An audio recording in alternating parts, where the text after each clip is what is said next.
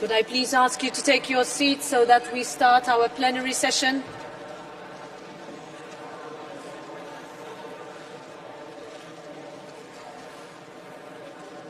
Quite a lot of decisions to be taken now.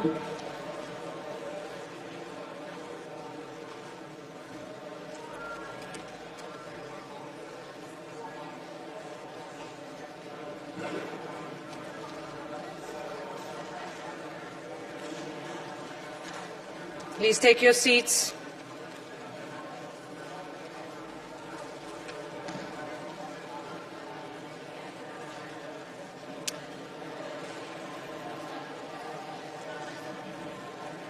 Okay, so a few announcements from my side, dear colleagues, starting with a very serious one. Last week, a devastating series of earthquakes hit Turkey and Syria, causing almost unimaginable destruction. Tens of thousands of people have been killed, thousands more are injured or still trapped under the rubble. And I want to underline that Europe stands with the people of Turkey and Syria. Our civil protection mechanism has been activated and help has and continues to be sent, and this will be debated as the first item of our agenda this afternoon. Right now, our thoughts are with the families of those killed, those trapped, those injured, and with all the rescuers fighting the clock night and day to save lives. Once we discuss that this afternoon, I ask you to be present, but before that, I invite you to join me for a minute of silence in honor of the many victims of this tragic earthquake.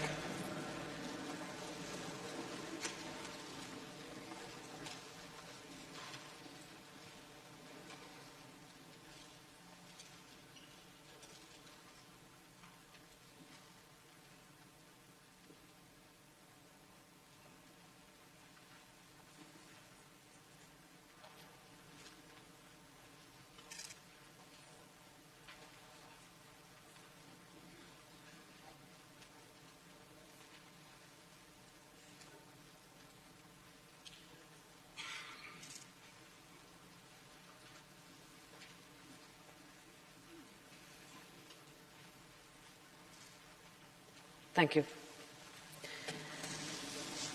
Last Thursday, the 9th of February, was an important day for European unity. Dear colleagues, before attending the special European Council meeting, the European Parliament had the honor of hosting President Zelensky, a true example of the bravery, courage and resilience of the Ukrainian people. President Zelensky spoke from our chamber, but his words really reverberated throughout Europe. It was a strong message and a reminder that the battle in Ukraine is not just one for territory, but also one in defense of our shared values. I want to thank you all for attending this extraordinary plenary session ahead of the one-year anniversary of Russia's illegal invasion of Ukraine. We have shown that the European Parliament stands and continues to stand in full solidarity with Ukraine and its people, and we will continue to do just that.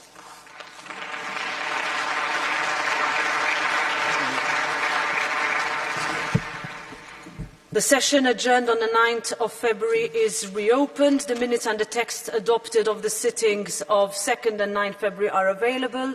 Are there any comments? No, then I see that the minutes are approved. I have received a request from the competent authorities in Poland for the parliamentary immunities of Mr. Patryk Jaki, Ms. Beata Kempa, Ms. Beata Mazurek and Mr. Tomasz Poreba to be waived. The request is referred to the Committee on Legal Affairs. The S&D Group has notified me of decisions relating to changes to appointments within committees and delegations. These decisions will be set out in the minutes of today's sitting and take effect on the date of this announcement. In relation to the decision by the LIBE Committee to enter into interinstitutional negotiations pursuant to Rule 71, paragraph 1, announced at the opening of the session on Wednesday, 1st February, I have received no request for a vote in Parliament by members or political groups reaching at least the medium threshold. The committee may therefore start the negotiations. Several committees have decided to enter into interinstitutional negotiations pursuant to Rule 71, paragraph 1 of the Rules of Procedure. The reports which constitute the mandates for the negotiations are available on the plenary webpage, and their titles will be published in the minutes of the sitting. Pursuant to Rule 71, paragraph 2, members or political groups reaching at least the medium threshold may request in writing by tomorrow, Tuesday the 14th of February at midnight, that the decisions be put to the vote. If no request for a vote in Parliament is made within the deadline, the committees may start the negotiations. Pursuant to Rule 241, paragraph 4 of the Rules of Procedure, I would like to inform you that there was no request to put to the vote the corrigendum from the ENVI Committee announced in plenary on Wednesday, the 1st of February. The corrigendum is therefore deemed to have been approved. I understand now that our colleague Markéta Gregorova has a point of order. 556. Thank you, Madam President and colleagues. I want to bring to your attention the situation in Moldova. Moldovan President Maia Sandu just revealed that Ukraine intelligence services intercepted a document clearly showing Russia's plan for a coup d'etat in Moldova. Putin has an apparent goal to forcefully change legitimate power from Chisinau to an illegitimate one, while also destroying Moldova's European aspirations. 3 days ago, Moldovan pro-European Prime Minister stepped down, also creating a turmoil which can Russia potentially use to destabilize our partner, to whom we granted a candidate status just a few months ago. Madam President, on behalf of the Greens IFA Group, I would thus urge you to issue a statement of support to Moldova on its European path. Thank you.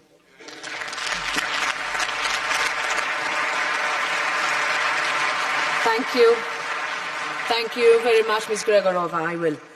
We now come to the order of business. The final draft agenda, as adopted by the Conference of Presidents on the 8th of February, pursuant to Rule 157, has been distributed. I would like to inform you that I have received a request for urgent procedure from the ENVI Committee pursuant to Rule 163 on transitional provisions for certain medical devices and in vitro diagnostic medical devices. The vote on this request will be taken tomorrow, and if adopted, the vote will be held on Thursday.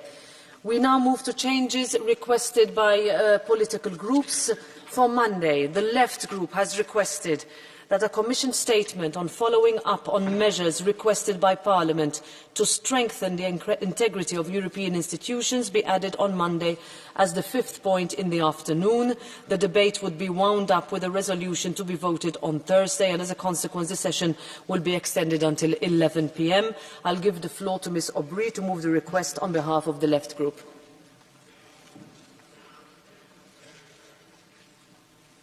Merci Madame la Présidente. Chers collègues, voilà 2 mois que le pire scandale de corruption de l'histoire du Parlement européen, avec 4 députés et anciens députés poursuivis par la justice pour corruption par le Maroc et le Qatar. Voilà 2 mois que les citoyens européens découvraient la culture de l'opacité et l'impunité qui règne dans nos institutions, les centaines de cadeaux non déclarés, les voyages tout frais payés par les lobbies, les négociations à huis clos. Voilà 2 mois que la quasi-totalité des députés européens ont déclaré ici, dans cette enceinte, la main sur le cœur, de restaurer l'intégrité du Parlement en votant une résolution avec 15 propositions de réforme. Mais 2 mois plus tard, cette feuille de route a été enterrée. Et avec elle 11 de ces propositions, l'obligation de registre de transparence, la déclaration de patrimoine obligatoire ou encore la publication de l'origine des amendements. Voilà pourquoi nous demandons aujourd'hui ce débat et cette résolution pour faire suivi des engagements. Parce que, permettez-moi de vous dire, chers collègues, l'heure est venue de rendre publiquement des comptes, pas au Maroc, pas au Qatar, mais aux citoyens européens à qui vous avez tant promis des réformes. Je vous remercie. Thank you, Ms. Aubry. I give the floor to any colleague who would speak against this proposal.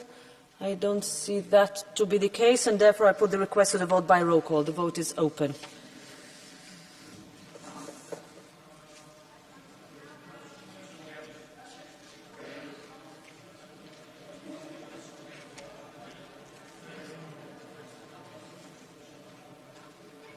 Vote is closed.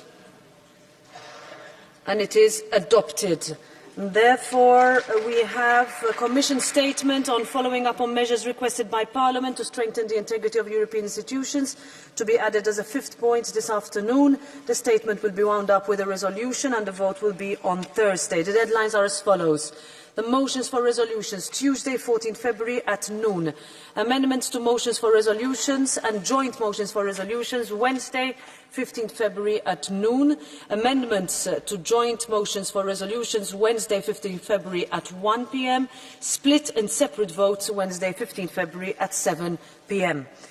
For Tuesday, the Greens, Renew and S&D groups have asked that the debate on the Council and Commission statements on the establishment of an independent EU ethics body be wound up with a resolution to be voted on Thursday. I give the floor to Mr. Philippe Lamberts to move the request. Merci. Madame la Présidente, chers collègues, la mise sur pied d'une autorité éthique indépendante au niveau des institutions européennes prédate de beaucoup le scandale qui nous occupe depuis le mois de décembre, puisqu'il faisait partie du programme de travail de la présidente de la Commission européenne. Comme ce Parlement n'a pas le droit d'initiative législative, il faudrait que la Commission s'active un peu. Or, on constate que malgré le scandale, on attend toujours la proposition. Et donc je pense qu'il est important que ce Parlement fasse entendre par un peu plus qu'un débat sa voix là-dessus et, si vous me passez l'expression, botte quelque peu le popotin de la Commission pour que les choses avancent. C'est le but de cette résolution que nous vous proposons. Thank you, Mr. Lamberts. I put the request to a vote by roll call.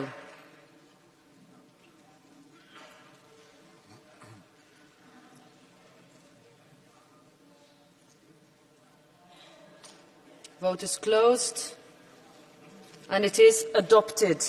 And therefore, the debate on the Council and Commission statements on establishment of an independent EU ethics body is wound up with a resolution.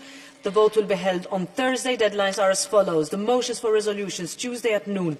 Amendments to the motions for resolutions and joint motions, Wednesday at noon. Amendments to joint motions, Wednesday at 1. Split and separate votes, Wednesday at 7 p.m. For Wednesday, the S&D Group has requested that Council and Commission statements on no EU funding for walls in Europe be added as the second point in the afternoon after the topical debate. I give the floor first to Ms. Gabi Bischoff to move the request on behalf of her group. Dear colleagues, who would have thought that 5 years after we criticized President Trump to building walls to Mexico, that the European Council would propose to build walls in Europe? And who would have thought that after 2 decades and more, after the fall of the Iron Curtain, that we would have or even consider proposals to building walls around Europe? And okay, they call it still very technocratic, border protection.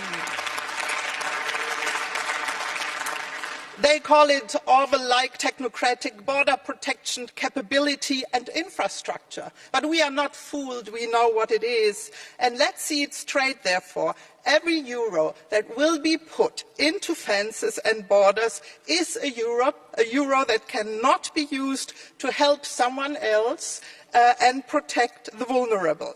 And therefore, we want to hear from the Commission and the Council their points of view about this turn and the use of EU funds to build a fortress Europe. And this is why we urge you as S&D to support this, especially at a time also where we look, and the President said it with horror, to the situation in Turkey and Syria. So please, I ask you to support this. Thank you. I have received many other proposals. I have, first of all, an alternative proposal from the ID Group. I give the floor to Mr. Jean-Paul Garot to present the alternative proposal.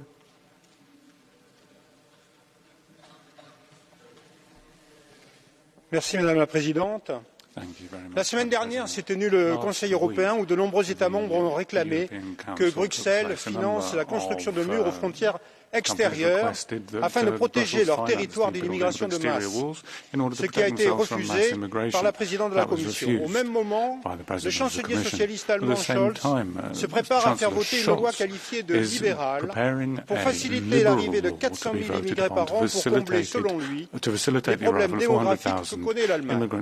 Il est question de plus de 5 millions de personnes qui viendraient d'ici 2035. Une fois arrivés outre-Rhin, ces immigrés seront libres de circuler partout en Europe. Ce choix que veut faire l'Allemagne nous concerne tous et impactera toutes les politiques de nos territoires. Il est donc indispensable que nous en débattions, d'où notre demande de rajout à l'ordre du jour. Il est inconcevable qu'au moment où il est urgent de renforcer nos frontières extérieures, un État membre de l'UE décide unilatéralement d'ouvrir en grand les vannes de l'immigration.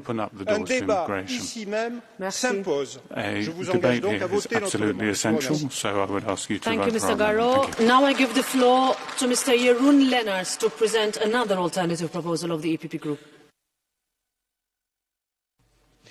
Yes, thank you, Madam President. We are very happy to support a debate on last week's Council conclusions. In fact, we already wanted to propose this last week, but then the Socialists were still against. So better late than never, I guess. Happy to support a debate, not under this title, because the level of hypocrisy is simply a bit too high. Have you ever seen the border fences in Spain? Have you ever seen the plans that the Finnish government is doing to build a border wall?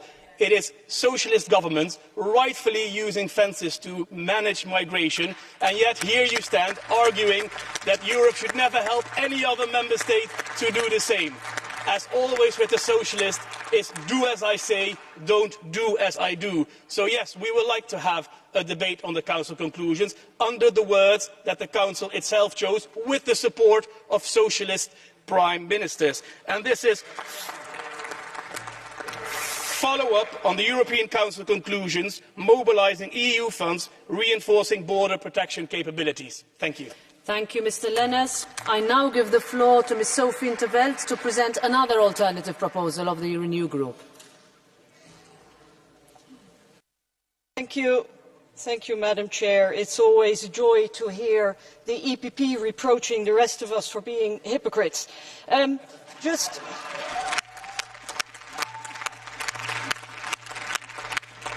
Just to frame the issue a little bit, I think we should have a debate and remind the European Council of the fact that their conclusions are actually a political statement. The European Council is neither a legislator nor the budget authority, contrary to the European Parliament. Now, the migration issue requires not grand statements and posturing and fake solutions. It requires real solutions. That is what we as a legislator and a budget authority are working on very diligently, and that is why my group would like to propose a debate with the title referring to the UCO conclusions and the need for a speedy finalisation of the roadmap. Because we do serious work here, we work on real solutions, and I think that is what we want to debate with the European Council. Thank you, Ms. in 't Veld. So now we'll take them, we'll go back to the top. So Ms. Bischoff, I ask you, would you agree with either the proposal from the ID group or the proposal from the EPP group or the proposal from the Renew group? So if your answer is no, then we will vote on the proposal of the S&D group. The vote is open by roll call. Yeah.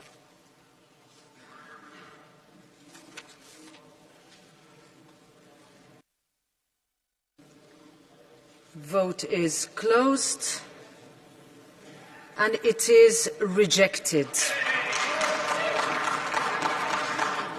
So now I ask, Mr. Garot, do you maintain your initial proposal? So we vote on the request of the ID group by roll call. The vote is open.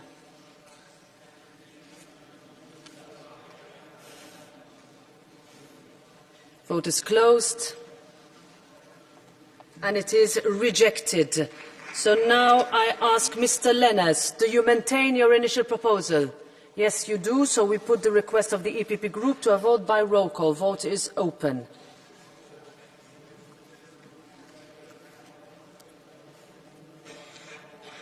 Vote is closed. And it is rejected. So I ask you, Ms. Interveld, do you maintain your initial proposal? Yes, you do. So we put the request to a vote by roll call.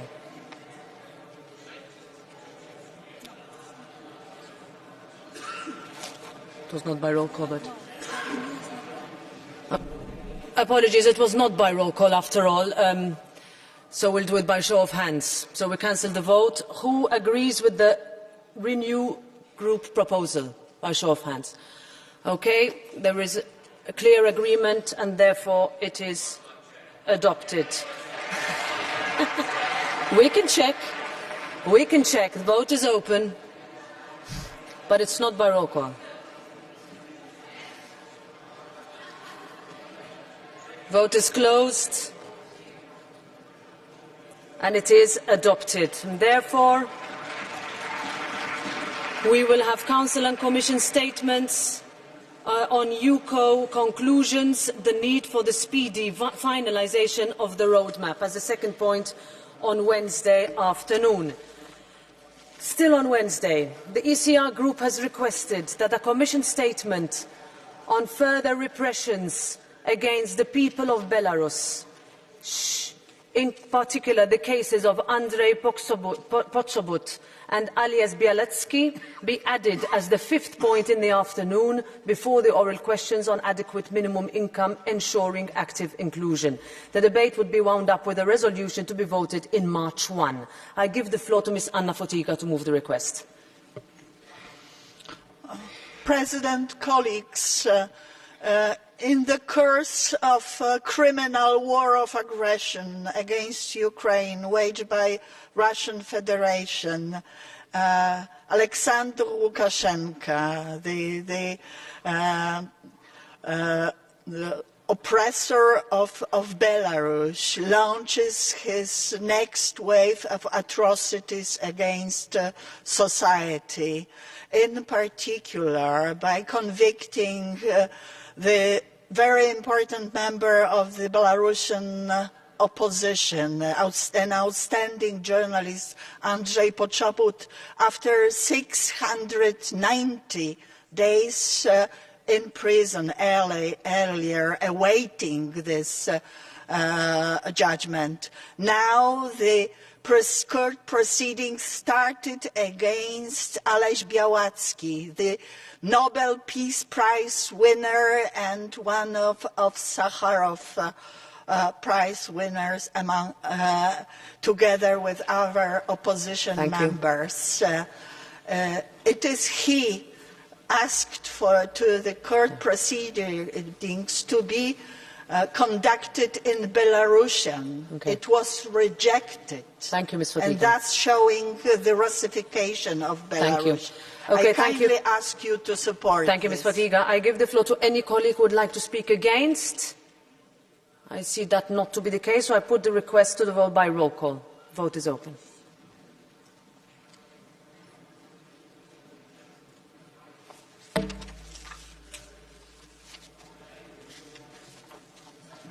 Vote is closed, and it is adopted. So therefore, we will have a Commission statement on further repressions against the people of Belarus, in particular the cases of Andrei Poczobut and Ales Bialetsky, to be added as the fifth point on Wednesday afternoon before the oral questions. The statement would be wound up with a resolution which will be voted on in March 1. Last request for Wednesday, yes. The Greens Group has requested that the resolution on the oral questions on adequate minimum income ensuring active inclusion be postponed to the March 1 part session. I give the floor to Ms. Sarah Mathieu to move the request on behalf of the Green Group. Ms. Mathieu, go ahead. Yep. Okay.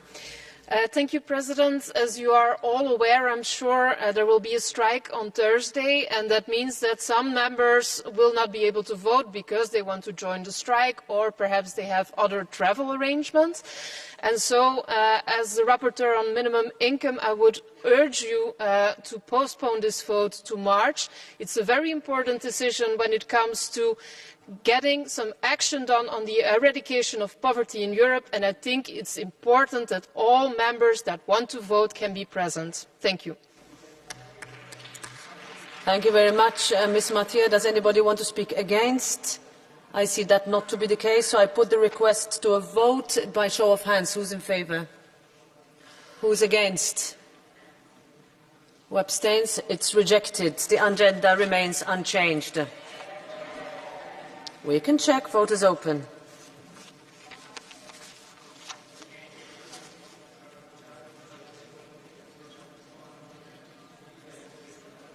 Vote is closed, and it is rejected. Agenda remains unchanged. So the agenda is adopted. The order of business is thus established. The next item on the agenda, please, dear colleagues, I ask you to stay in the room. Commission statement on the EU response to the humanitarian situation following the earthquake in Turkey and Syria. Have a good afternoon.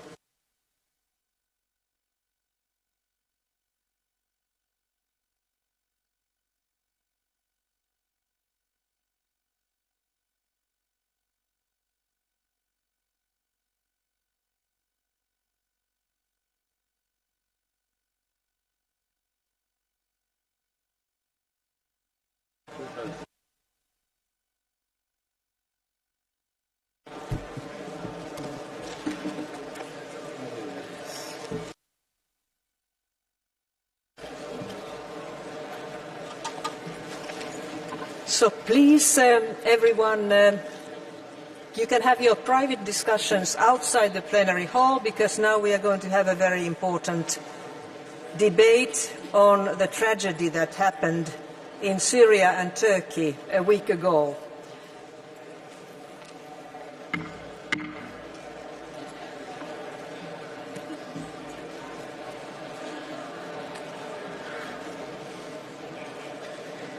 Hello.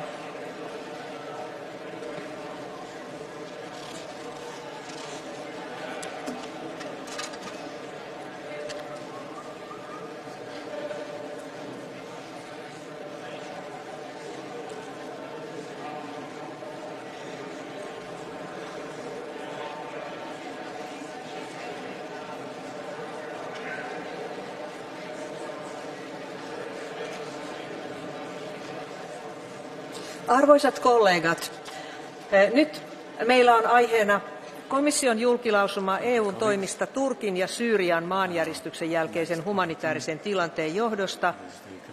Ja tästä suuresta tragediasta käymme nyt keskustelun. Haluan aivan ensimmäiseksi antaa puheenvuoron komissiolle. Komission jäsen Janez Lenarčič, olkaa hyvä, teillä puheenvuoro.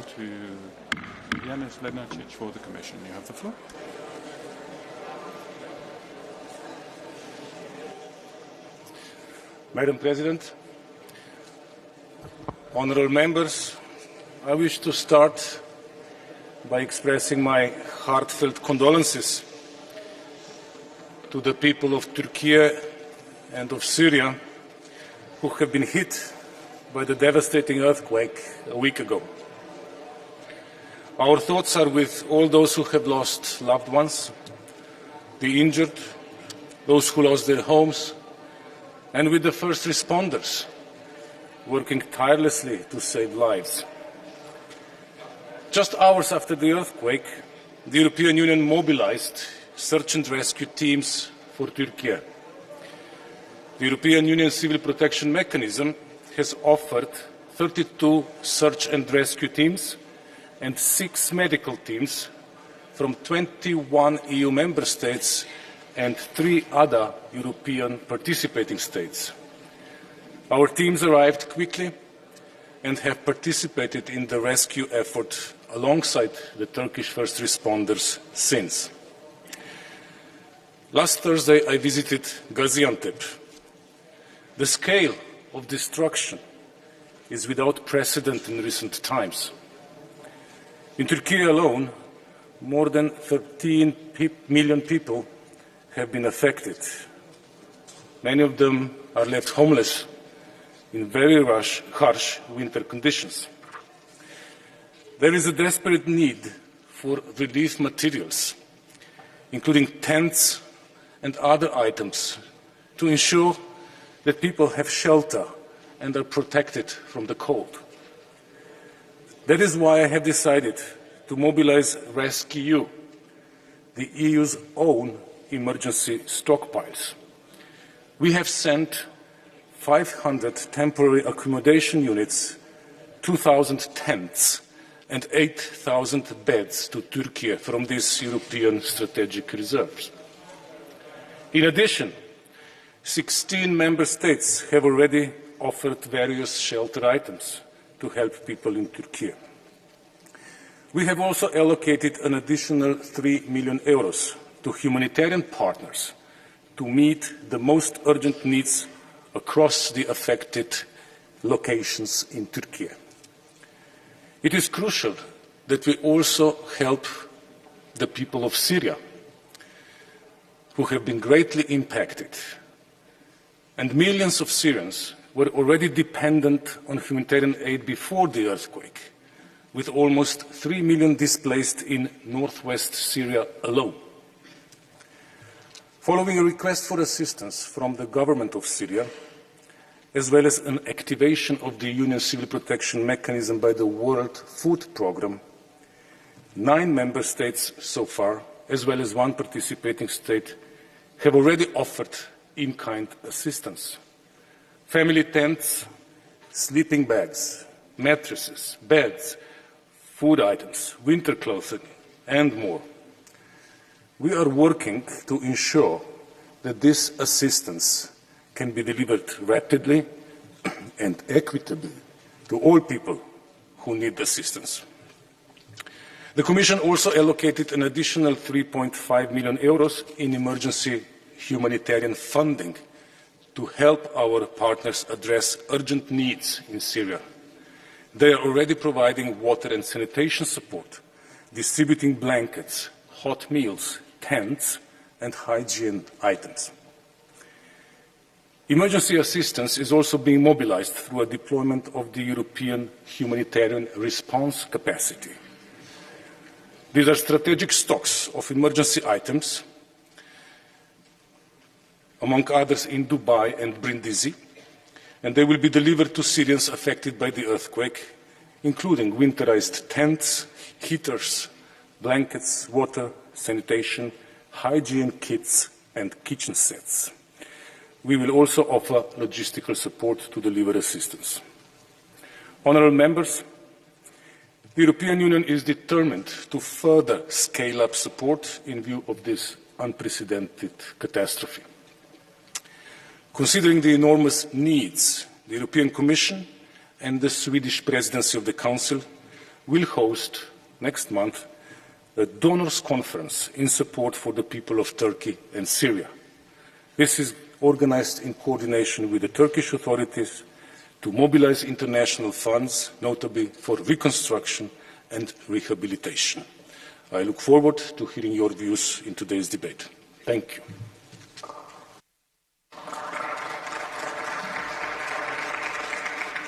Paljon kiitoksia komissaari Lenartsis, ja nyt sitten annan puheenvuoron poliittisten ryhmien edustajille.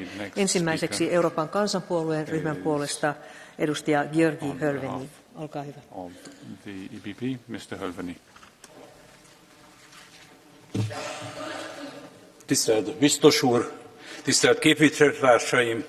Most egy héttel a Törökországot és Szíriát pusztító földrengést követően mindeneket köszönetet kell mondanunk azoknak, akik az elmúlt héten is ezekben a percekben is testi épségüket veszélyeztetve küzdenek a bajba jutottakért. Tisztelettek! A mi feladatunk, hogy mindenben támogassuk az ő munkájukat. Ez történik a bizottság részéről, ez a mi kötelességünk is. Engedjék meg, hogy külön kiemeljem a szíriai humanitárius helyzetet, hisz itt rendkívül nehéz biztonsági és politikai helyzetben kezdődött meg a segítségünk. Azonban sokkal átfogóbb szerepvállalásra van szükség. ahhoz, hogy a humanitárius szereplők valóban hatékonyan tudják ellátni feladatukat. A katasztrófát követően felvettem a kapcsolatot az ország egyik legnagyobb segélyszervezetével, a Szent Efrém Pátriárkai Fejlesztési Bizottsággal, valamint az AFSI nevű olasz humanitárius ügynökséggel és más Szíriában tevékenykedő nem kormányzati szervezetekkel. A nemzetközileg elismert unióval szorosan együttműködő szervezetek elmondása szerint a banki tranzakciókra, az elektronikai eszközökre, a robok eltakarításra szükséges gépekre vonatkozó szankciók súlyosan hátráltatják a humanitárius fellépést. Módot kell találnunk tehát arra, hogy a szankciók politikai céljának feladása nélkül elhárítsuk az életmentés időszaka után az újjáépítés akadályait. Ez csak is a szíriai lakosság közvetlen segítségét szolgálatja. Itt az idő, biztos úr. Ebben a kérdésben számíthat személyes és frakcióm az Európai Néppárt támogatására. Köszönöm, hogy meghallgattak. You can count upon the support of my group. Thank you very much. Paljon kiitos edustaja Hölveni. Ja sitten Euroopan parlamentin sosialistien ja demokraattien SD-ryhmän nimissä edustaja Nacho Sánchez Amor. Olkaa hyvä. Gracias, presidenta. En esta Cámara hemos tenido en los últimos años muchas oportunidades de ejercer la crítica más justificada con la gobernación turca, con sus autoridades, no con el país ni con su admirable sociedad civil.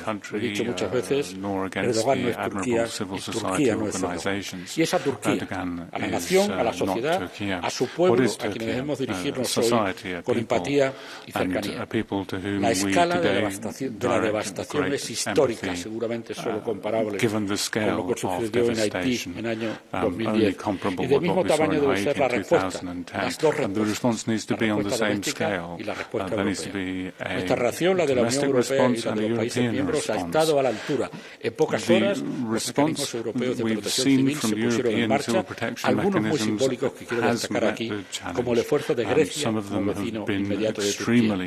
Ahora toca mantener ese esfuerzo inicial, creando los medios para acompañar la reconstrucción en condiciones seguras para el futuro. Turquía no es Haití. Turquía es un país que exhibe su carácter de actor regional y sus enormes capacidades estatales. Es el momento de probarlo, protegiendo a su población y contando para ello con la ayuda europea. Ayuda humanitaria y, por tanto, ajena a consideraciones políticas. Ya habrá tiempo para la política.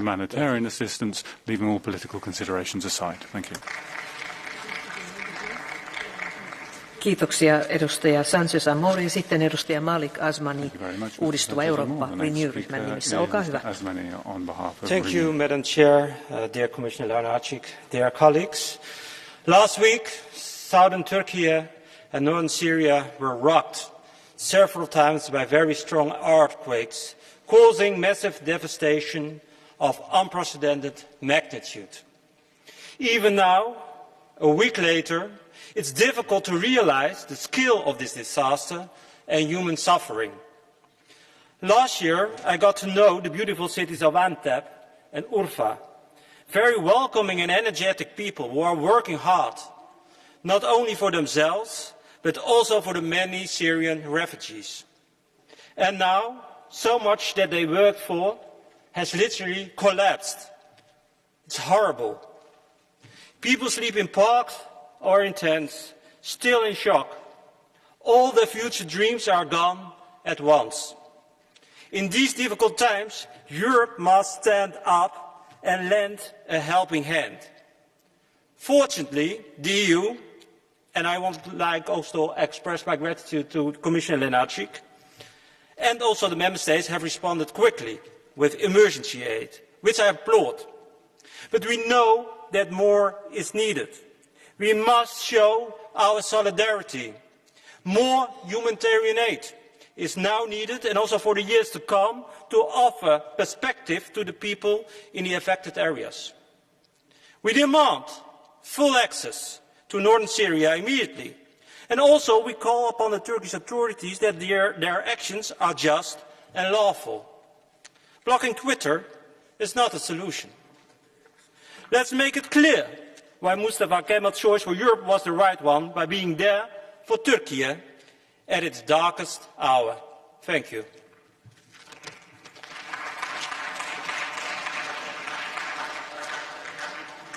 Kiitos kollega Asmani. Ja sitten Vihreiden ja Euroopan vapaan allianssin nimissä edustaja Sergei Lagodinski. Olkaa hyvä. Greens is Mr. Lagodinsky. Please go ahead.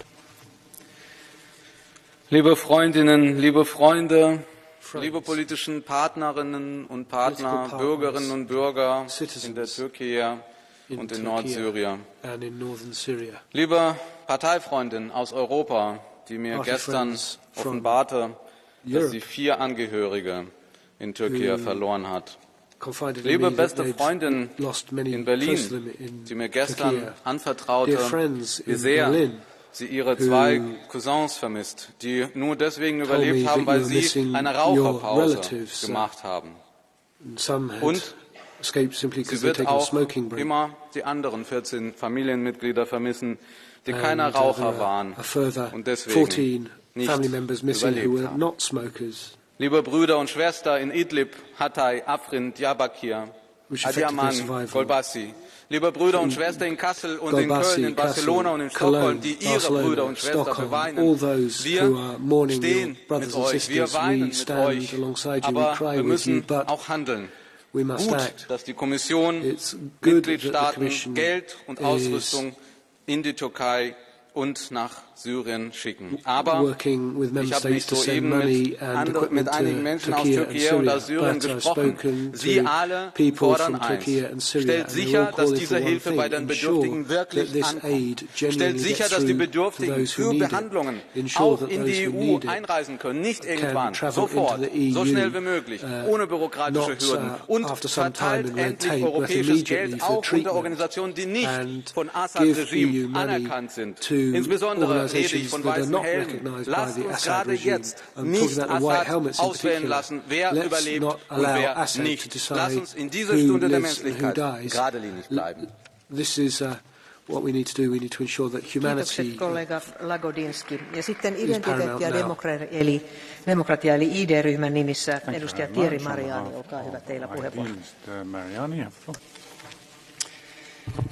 Depuis la tragique nuit du 6 février, tous les Européens expriment leur solidarité avec les peuples turcs et syriens qui traversent tous deux une terrible épreuve. Immédiatement, les chancelleries européennes et l'Union européenne ont annoncé leur soutien à la Turquie à travers divers mécanismes. C'est tout à notre honneur. En revanche, nos atermoiements devant le sort des habitants du nord de la Syrie sont abjects. Oui, nous devons lever les sanctions qui frappent le peuple syrien. Oui, au nom de l'humanisme européen, nous ne devons reculer devant aucun partenariat pour sauver des vies humaines. 90% des Syriens vivaient sous le seuil de pauvreté avant le séisme. Les sanctions européennes et américaines les maintiennent dans une crise économique perpétuelle qui accroît leur migration et coûte des vies humaines. Ces conditions étaient déjà donc révoltantes. Elles sont aujourd'hui politiquement désastreuses et moralement insupportables. Même les États-Unis annoncent désormais l'assouplissement de leurs mesures coercitives. Qu'attend donc l'Europe? L'Union européenne ne peut pas continuer à faire payer au peuple syrien la victoire de Bachar el-Assad face à la rébellion islamiste et ainsi continuer à maintenir le peuple syrien dans la misère. Même après cette catastrophe. Aujourd'hui, les habitants d'Alep sont encore dans les rues, par crainte que leur immeuble s'effondre. Les organisations humanitaires prennent des risques légaux immenses pour faire parvenir l'aide que les peuples européens veulent généreusement donner aux victimes. Et nous fermons les yeux en prétendant que les sanctions ne toucheraient pas les aides humanitaires. Mais vous savez que c'est faux, parce que toutes les banques refusent de faire le moindre virement. Alors, tous les acteurs de l'aide d'urgence nous disent le contraire et demandent justement ce changement de politique. Les victimes du tremblement de terre nous le demandent. Levons les sanctions pour la Syrie.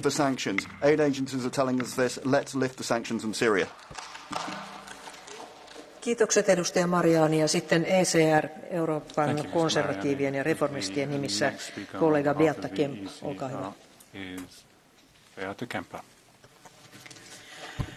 Pani przewodnicząca, panie komisarzu, ponad 35 tysięcy ofiar śmiertelnych, 2,5 miliona osób dotkniętych skutkami ostatniego trzęsienia ziemi, przebywających aktualnie w bardzo trudnych zimowych warunkach, to obraz pogranicza Turcji i Syrii. Tysiące zamarzniętych i straumatyzowanych dzieci, z których wiele w jednej chwili stało się sierotami. Wszyscy czekają na naszą pomoc. Cieszę się i dziękuję za uruchomienie pierwszych mechanizmów pomocy w Unii Europejskiej. Musimy wznieść się ponad granice, ponad trudne podziały polityczne i maksymalnie zintensyfikować naszą pomoc humanitarną. Musimy trafiać bezpośrednio na miejsce, w te najbardziej dotknięte regiony. Już tam są polskie organizacje, zarówno te katolickie, jak i te świeckie. Działają od lat w Syrii. Dzisiaj mówią, co tak najbardziej trzeba.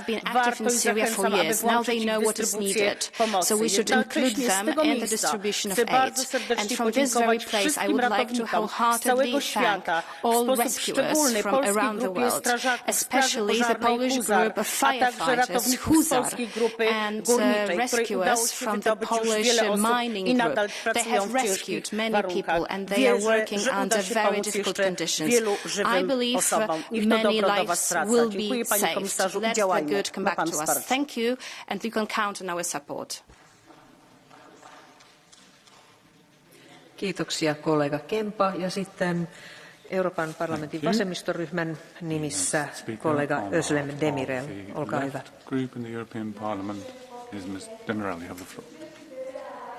Aus der Türkei und aus Syrien. Meine Gedanken sind bei den Menschen in der Türkei, bei meinen Freundinnen und Freunden.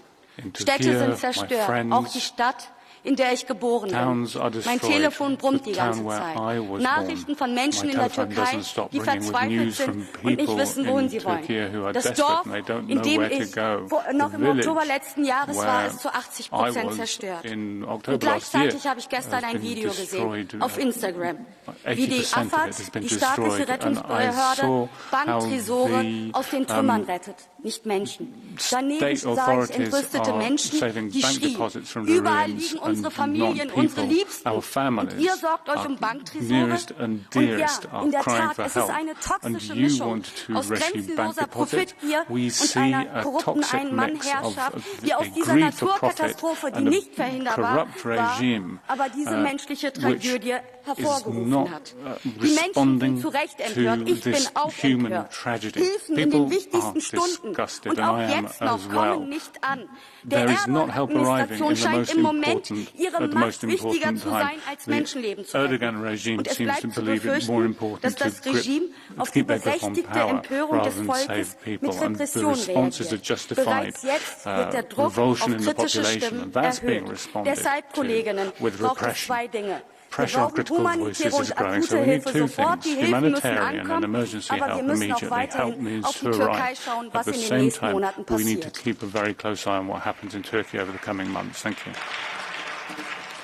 Kiitokset kollega Demirel ja sitten edustaja Kostas Papadakis sitoutumattomien puolesta. Το χτύπημα των ισχυρών σεισμών στην Τουρκία και τη Συρία σε συνδυασμό με την πολιτική που αφήνει τους λαούς αφοράκητους για τα κέρδη των επιχειρηματικών ομίλων οδήγησε σε μια ανίποτη τραγωδία με χιλιάδες νεκρούς, τραυματίες, άσχαγους. Χαιρετίζουμε το κύμα γνήσιας αλληλεγγύης των λαών στην οποία συμμετέχει ο ελληνικός λαός όπως και το Κομμουνιστικό Κόμμα Ελλάδας. Απαιτούμε τώρα να Party and our people.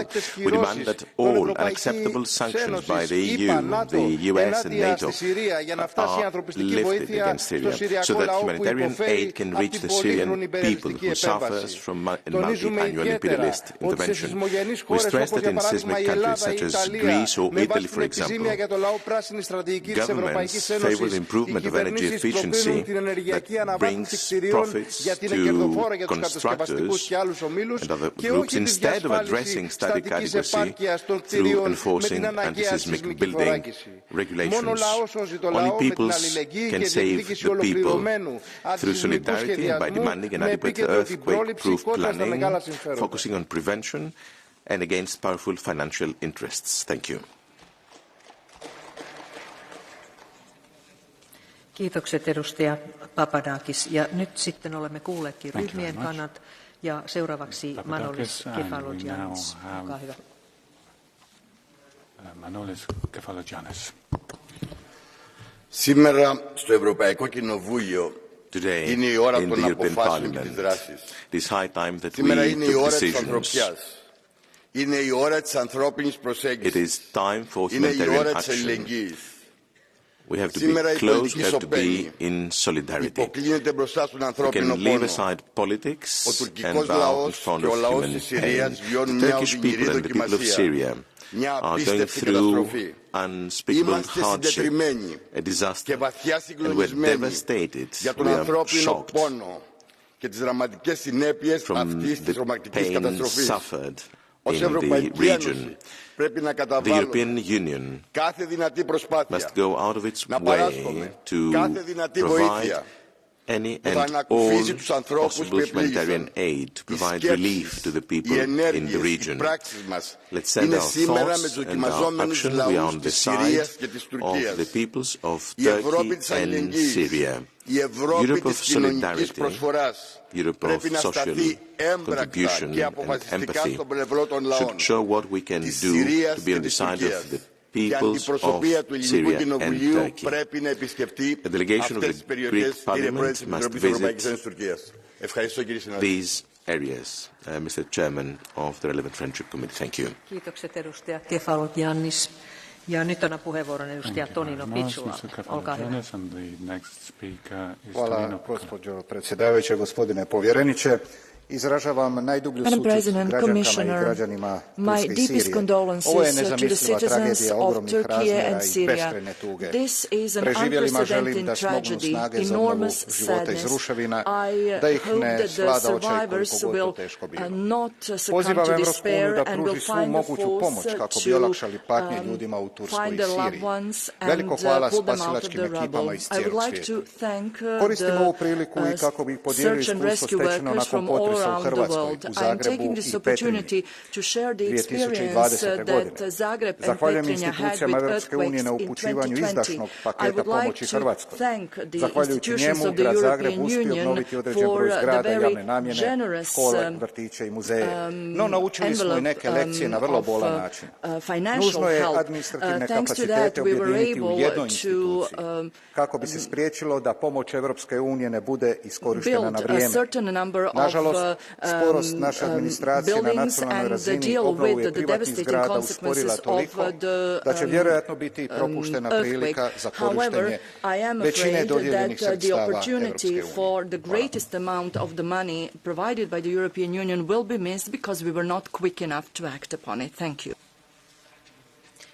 Kiitos edustaja Pitsula. Ja sitten edustaja Dacian Ciolos. Olkaa hyvä. The mobilization of the European Union and its member states to support the people of Turkey and Syria has been speedy and generous, and thank you, Commissioner Lenarčič, for what you have done till now. But we need all actors, international and on the ground, to put aside their differences and work together to ensure continuous and speed access so that humanitarian aid reach all those in need in all affected areas. And this is especially pressing and necessary in northwest Syria, where the humanitarian crisis was already worsening before earthquake. Related to Syria, considering the disaster caused by the earthquake, I think a serious analysis is needed on the possibility of a general humanitarian exception clause that would allow aid to arrive more quickly without waiting for the various approvals that take time. And I call on the authorities in Damascus and all other actors on the ground not to politicize the delivery of humanitarian aid and to engage in good faith with all humanitarian partners and UN agencies to help people, because we need to act now beyond any political differences to help people. Thank you. Paljon kiitokset kollega Cholos. Ja sitten seuraava puhuja on edustaja Jean Lacapelle. Olkaa hyvä. Il y a des situations où l'humanitaire, où le salut des populations doivent prendre le pas sur toute autre considération politique ou diplomatique. L'Union européenne ne cesse de le dire quand il est question de migrants. Mais elle abandonne hypocritement ses grands principes lorsqu'il s'agit de la Syrie. Un séisme a durement frappé. Nous avons tous ici une pensée pour les victimes et leurs familles en Turquie et en Syrie qui attendent dans l'angoisse. La Turquie bénéficie d'une aide de la part des pays membres de l'Union européenne comme de la communauté internationale, ce que nous saluons sans réserve. Vous permettrez de profiter de cette occasion pour saluer les équipes de sauveteurs français qui sont sur place. Nous savons que la détresse est encore plus forte en Syrie, en raison du conflit, de la destruction du pays, mais aussi des sanctions édictées par l'Union européenne. À leur présence, la priorité est de faire trêve aux rancunes diplomatiques, d'oublier la logique juridique aveugle des sanctions et de penser avant tout aux populations syriennes. Notre aide humanitaire doit également s'adresser à ces populations qui souffrent et qui en ont besoin d'une mission d'honneur et d'humanité. Je vous remercie. Are suffering. It's a question of honour and humanity. Thank you. Kiitokset edustaja Lacapelle ja sitten edustaja Anna Fotyga. Olkaa hyvä. Thank you very much, Mr. Lacapelle. And the next speaker is Anna Fotyga. Pani Przewodnicząca, Panie Komisarzu, zeszłotygodniowa seria trzęsień ziemi dotknęła terytoriów, które od lat są już świadkiem klęsk humanitarnych, przede wszystkim w Turcji i w Syrii. To powoduje, że szybkie i sprawne dostarczenie pomocy, poszukiwań jest tak skomplikowaną i trudną sprawą. Pomimo tego instytucje Unii Europejskiej i jej państwa członkowskie, w tym również w ogromnej mierze mój kraj, Polska, zadziałały bardzo szybko i sprawnie. Chciałam podziękować wszystkim za tę akcję, ale przede wszystkim chcę powiedzieć, że moje myśli i modlitwy są z ludźmi, ludnością Turcji, Syrii i wszystkich innych dotkniętych państw. Musimy dokonać kolejnych wysiłków, bo skala zniszczeń i liczba ofiar jest po prostu niebywała, niespotykana w historii, a te wcześniejsze klęski nie pozwalają tej skali określić precyzyjnie. Musimy być gotowi na długą pomoc. Provide precise numbers. We have to be ready to provide help in the long term. Thank you very much.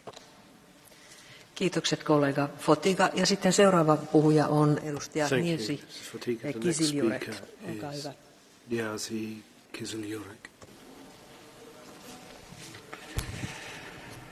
Madam President, I am speechless. I will rather call Voltaire to talk on my part. I quote, "Entombed beneath roofs, and they die without relief from the horror of their suffering lives. As the dying voices call out,